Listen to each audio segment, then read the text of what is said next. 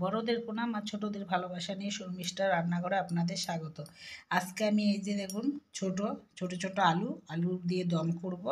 এখানে মটরশুঁটি ছাড়িয়ে নিয়েছি, এখানে পেঁয়াজ, রসুন, আদা, গোটা জিরে, তেজপাতা, হিং, কাঁচা লঙ্কা, টমেটো, এইগুলো দিয়ে আমি এই আলুর দমটা করব।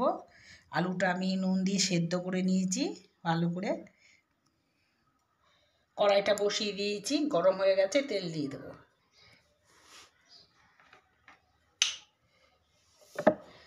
তেলটা দিয়ে দেব, তেলটাকে গরম করে নেব।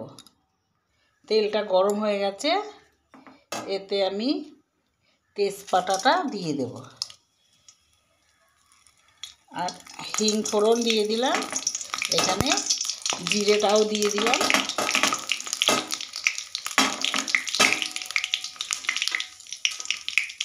এখানে এই যে গরম মশলাটা দিয়ে দিলাম ফোড়নে, এটাকে একটুখানি নেড়ে নেব। আর এই দেখুন বন্ধুরা, এখানে আমি রসুন, আদা, পেঁয়াজ, কাঁচা লঙ্কাটা বেটে নিয়েছি আর টমেটোটা কেটে নিয়েছি। এই মশলাটা কড়াই দিয়ে দেব। এটাকে আমি 5 মিনিট মতো মশলাটা কষে নেব। 5 মিনিট মতো আমার মশলাটা কষা হয়ে গেছে। এতে এবার হলুদ দিয়ে দেবো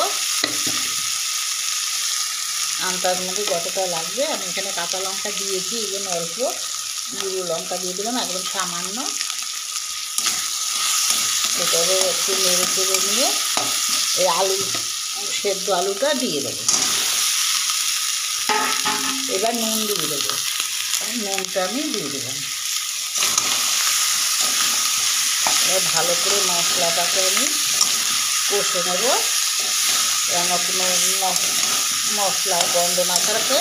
10 মিনিট মতো এই মশলাটাকে আলুর সাথে কষে নেব।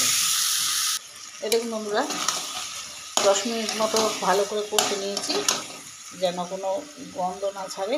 মশলা কষা হয়ে গেছে। এবার কড়াইশুঁটিগুলো দিয়ে দিলাম আর সামান্য একটু জল দিয়ে আর 2 থেকে 3 মিনিট মতো কষে নেব। এই দেখুন বন্ধুরা, সামান্য জল দিয়ে দিলাম, দিয়ে আর একটুখানি কষে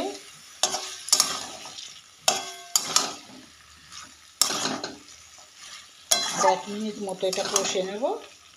কষে নিলেই হয়ে যাবে আলুর দমটা।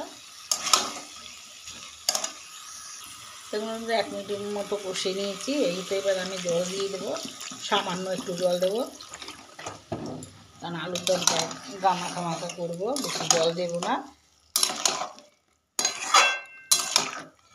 এটাকে এবার চাপা দিয়ে 5 মিনিট মতো ফুটিয়ে নেব। চাপা দিয়ে এটাকে ফুটিয়ে নেব। এই দেখুন বন্ধুরা, 5 মিনিট মতো হয়ে গেছে।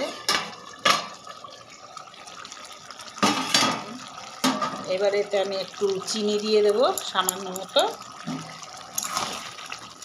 দেখুন হয়ে গেছে আলুর দমটা একদম। এবার এতে আমি ধনেপাতা দিয়ে নামিয়ে নেব, ধনেপাতাটা ছড়িয়ে দেবো।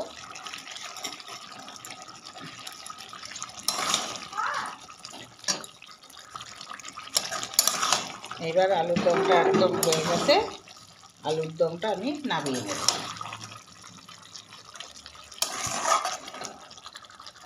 এই দেখুন বন্ধুরা, আলুর দমটা একদম রেডি। ছোট আলুর দম, কড়াইশুঁটি আর হিং ফোড়ন দিয়ে এই ছোট আলুর দমটা একদম কষা কষা। এখন ভিডিওটা যদি ভালো লাগে আপনারা আমার চ্যানেলটাকে সাবস্ক্রাইব করবেন, লাইক করবেন, শেয়ার করবেন, কমেন্ট করে জানাবেন যে এই ছোট আলুর দমটা কেমন হলো। ভিডিওটা এখানেই শেষ করলাম। নমস্কার।